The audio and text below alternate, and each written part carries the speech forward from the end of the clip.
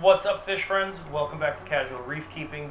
Don't forget to like and subscribe to our channel. Every subscription helps. We are getting there. We've got a little over 300, and let's try to hit 500 real soon. But anyway, let's get into this real quick. I'm hoping not to make this too long. I have a coral delivery coming in today, so I figured I could take this opportunity to show you guys how I get my corals into the tank, as well as take a shot at trying a new aquarium adhesive product. Where did I put it? SeaTac. This is from Champion Lighting. I'll get back into that again when we get to it. But full disclosure, I paid for it. I bought it. I have not accepted anything for this video. I just wanted to give it a shot because I like new things. I like tech. I like buying things. Who doesn't? Who doesn't like buying things? Why do we keep buying corals? But anyway, let's get into this coral delivery.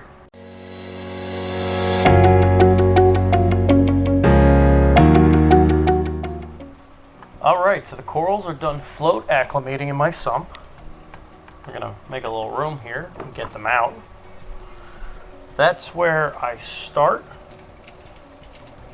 Always float the bags. Let them get temperature acclimated.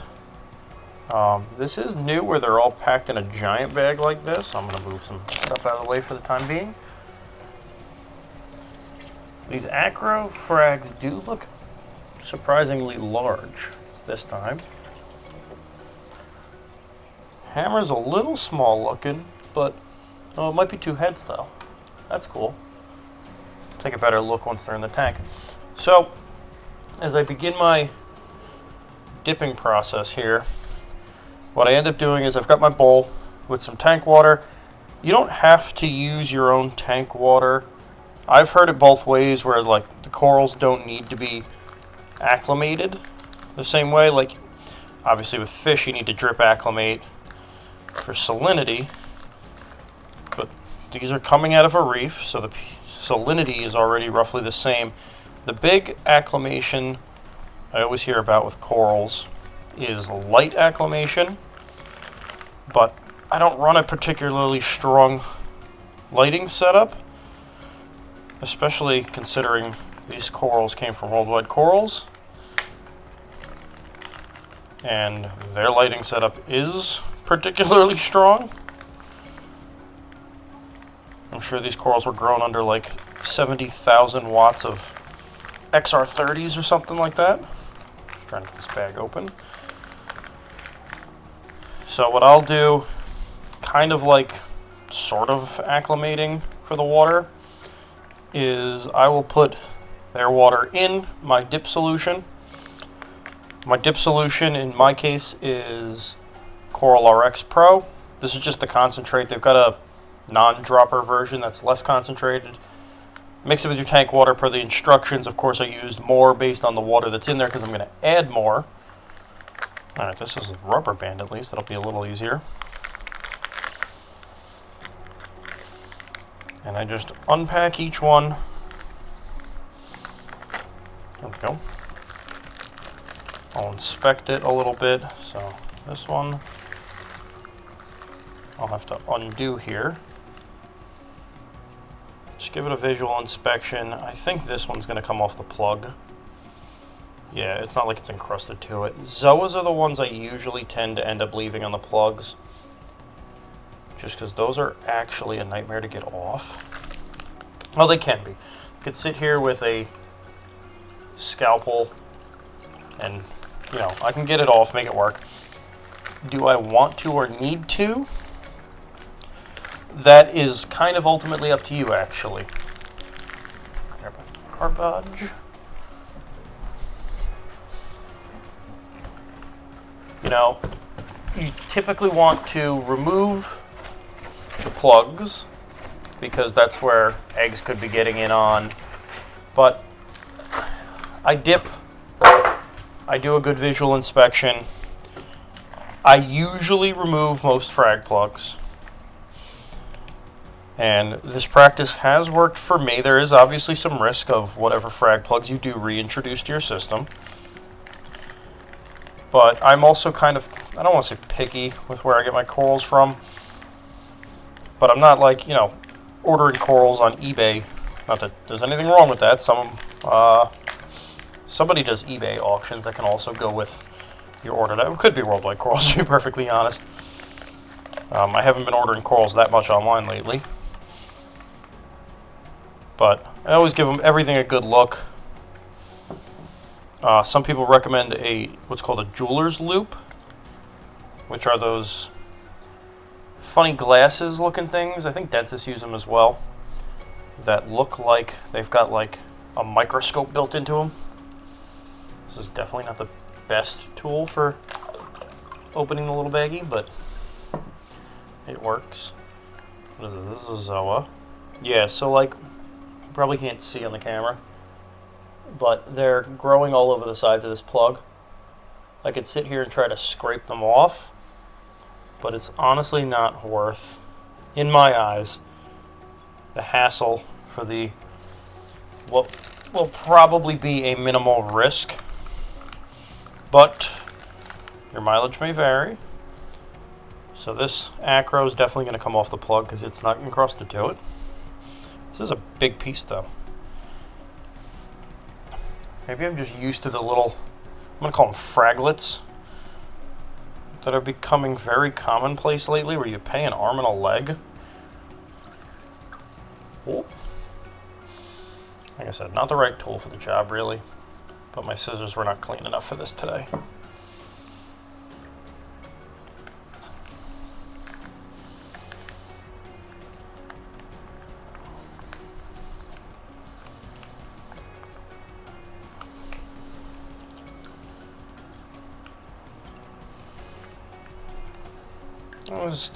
It's relatively small, but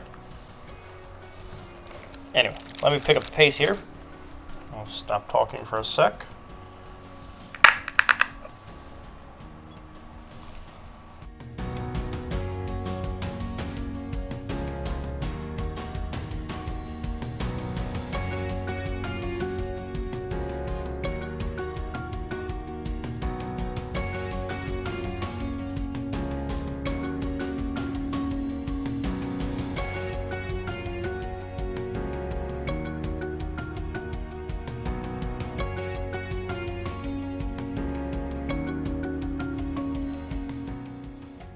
All right, last piece going in.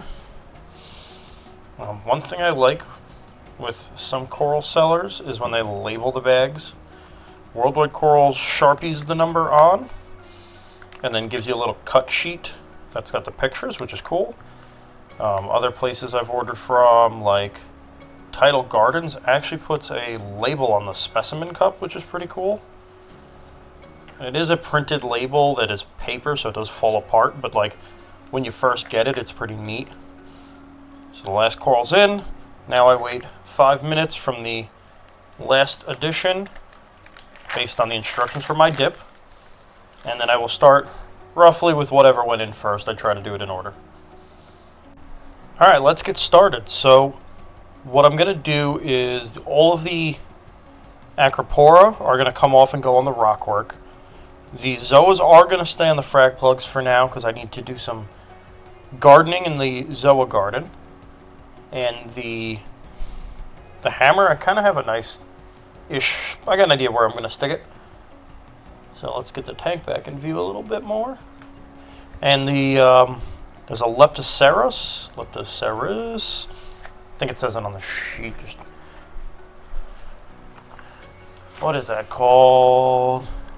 Oh, that's a leptoserus. Glad I checked because I was pronouncing that wrong. That one I'm just going to change the plug and put it on the frag rack to grow out a little bit more. So we can start with that. Today we're going to try out SeaTac from SeaTac, I believe I don't think there's a parent there. I ordered this from Champion Lighting the moment it was available because I did want to try it out.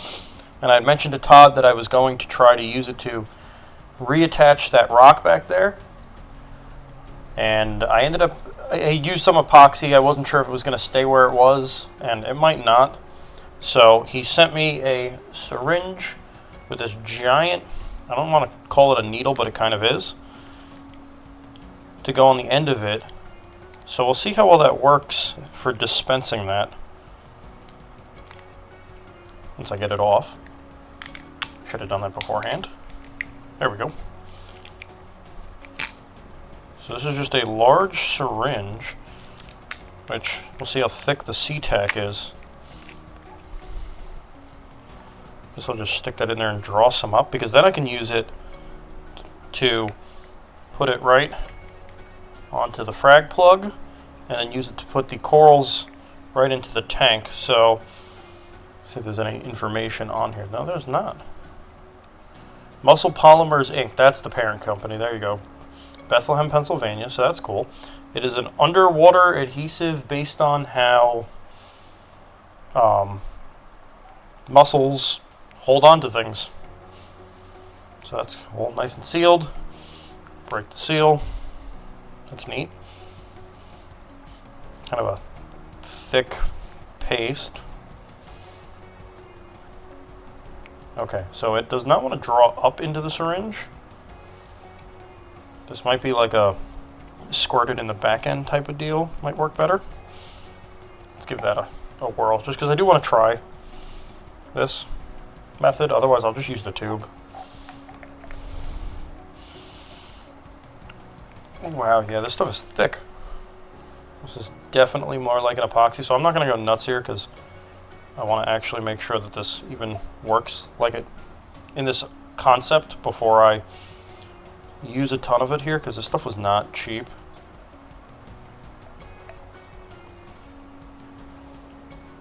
But it sounds promising, and I kind of like the idea that it's more natural. Not that there's anything wrong with crazy glue inherently anyway, as far as I know. Could be wrong, I'm not a chemist. It could turn out that crazy glue is actually, you know, magically causing us all sorts of problems because we don't understand the chemistry. Let me get my freshwater dip. I knew I was forgetting something. Just a little cup. So we're going to start with that lepto, like I said, or leptoserus. So that's going to come out of the dip, a little inspection. I did not notice anything funky on anything, which was cool. This is not encrusted, a little onto the epoxy, but dip it off in the non-contaminated water. Use some bone cutters to pop it off.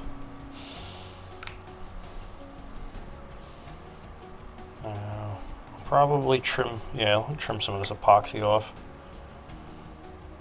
It's like kind of encrusted a hair. No, that didn't encrust at all. That came right off. So now I'm going to put a dab of this stuff, right? Come on, you can do it. I don't know if it's me or the product, to be perfectly honest. Yeah, I don't think...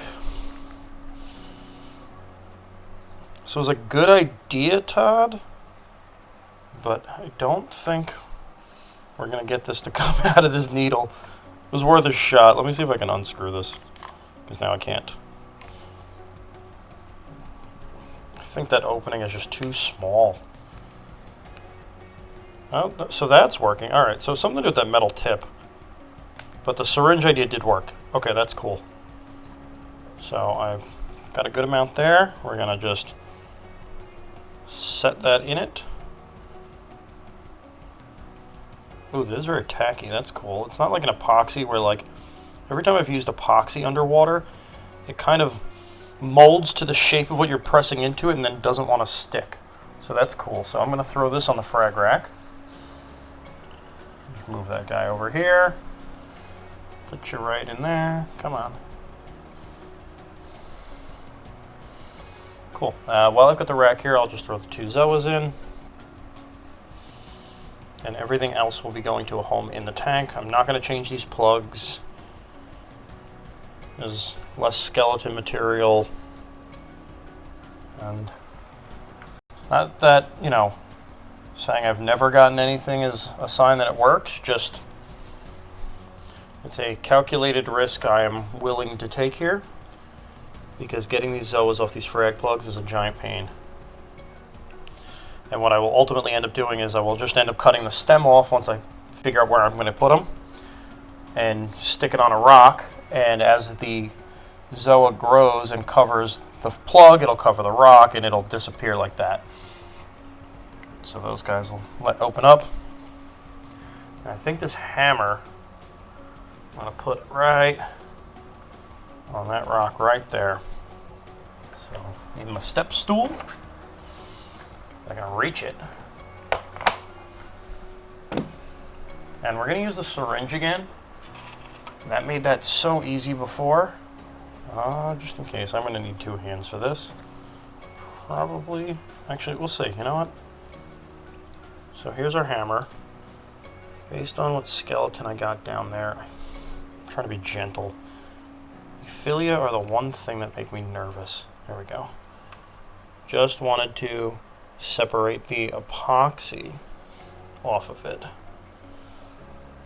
Yeah, this guy is a tiny little hammer. We're being honest here. I think I'm going to do this the other way. I'm going to put the epoxy on the, not the epoxy, the SeaTac on the rock, and then place the Ephilia skeleton into my SeaTac. So I've got this spot right there that I think will be good. Just a matter of getting it out using the syringe. Yeah, this stuff is really thick. Come on, stick to the rock instead of the syringe. Well, this is going about as well as I thought it would. Not that I went into this with low expectations, just it's a new product I've never used before, and I don't know what I'm doing with it. Okay, that plan did not work. Just doesn't want to stick to that rock. Which is weird, because it's stuck right to the frag plug. So this could be just a property where it gets like a film, like the CA glue does. Alright, I think we're going to take our hammer and apply it to the hammer out of the tank here. Sorry for the project here, guys. I like trying new things. There we go. Yeah, there we go. Oh, I had it. I just had it. Let's try that. Wow, this really is a baby hammer. Okay. Give that a second there or two to set up.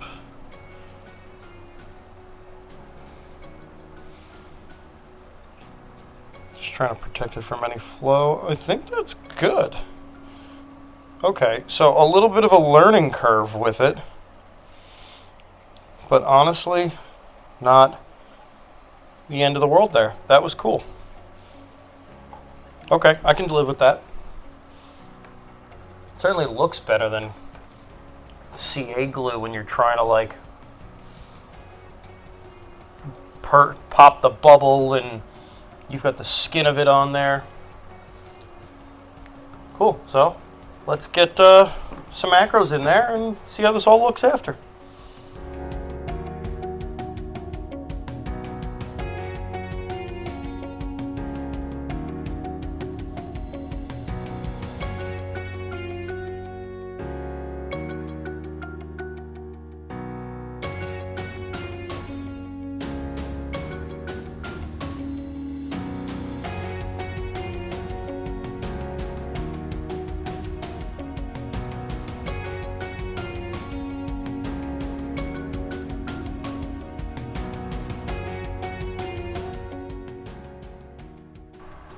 Alright guys, I got everything in the tank.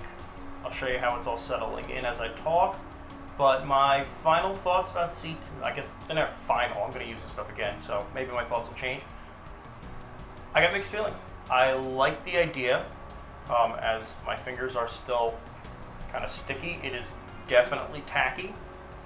I think some of the issues I ran into were probably just because I've never used it before.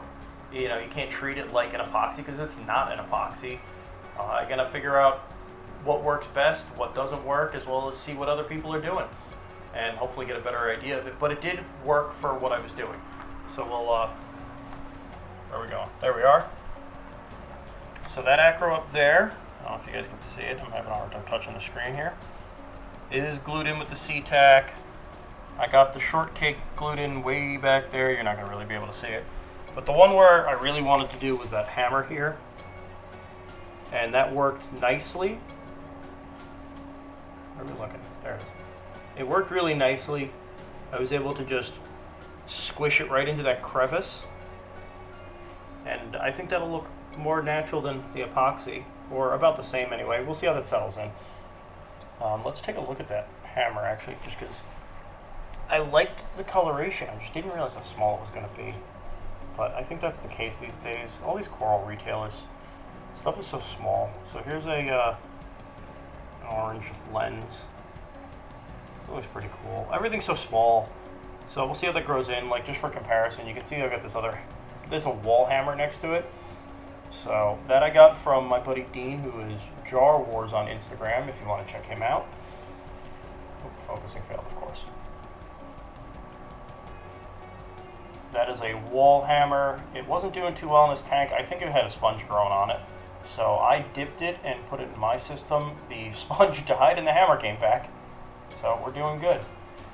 There's that torch that I've had for a couple weeks now. Everything's looking good. Oh, that strawberry shortcake's gonna look real good. Of course, you can't really tell. This camera doesn't zoom that far, which is fine because it's digital zoom, not optical anyway. So I'll have to get some pictures of that in a couple weeks as it settles in nicely. But anyway, thank you guys for watching. Please smash that subscribe button. Give us a like. Share us to your favorite social media. That'd be awesome. Thank you guys, and catch you next time.